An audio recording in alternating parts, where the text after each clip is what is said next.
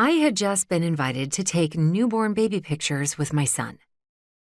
I was teaching first grade at the time, and one of the moms in the class offered to photograph us. I was so excited to go to the photo shoot, which we planned to model after the famous photos of Ann Getty's. You know, the sleepy baby photos where each baby looks like they are sleeping in a flower, snuggled up in a watering bucket, or snoozing like a teddy bear. Arriving at the studio, I was nervous because my son was one of those babies who didn't seem to sleep as much as all the other babies I knew. In fact, on many of my wakeful nights with him, I would rock him in my arms, wondering who in the world coined the term sleeping like a baby. Obviously not a parent who had a child like mine. I knew that getting those adorable pictures would require my son to sleep. During the shoot, it quickly became apparent that no naps were going to happen.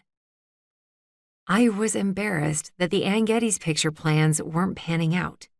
Then, to boot, the photographer mom let me borrow one of her dresses for the shoot, which my son urinated on. I left the studio feeling self-conscious, which I now understand is a very normal feeling for first-time mothers, and wondering if this mom was upset about her dress. Time passed, and I didn't hear anything about the pictures. My mind started to fill with worry. Was she upset with me? Was she disappointed that we couldn't do the shoot like she wanted? Did I need to call her and check? Should I offer to dry clean her dress? Would she tell the other moms in the class that I couldn't get my child to nap? My worries weren't rational, and although part of me knew that, I couldn't drop the obsession. And it really felt just like that, an obsession.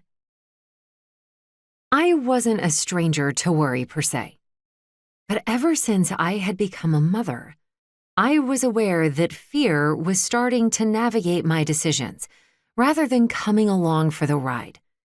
And in my heart, I knew that I couldn't let my fears start to take over like that. Elizabeth Gilbert said it perfectly in Big Magic: creative living beyond fear. It seems to me that the less I fight my fear, the less it fights back.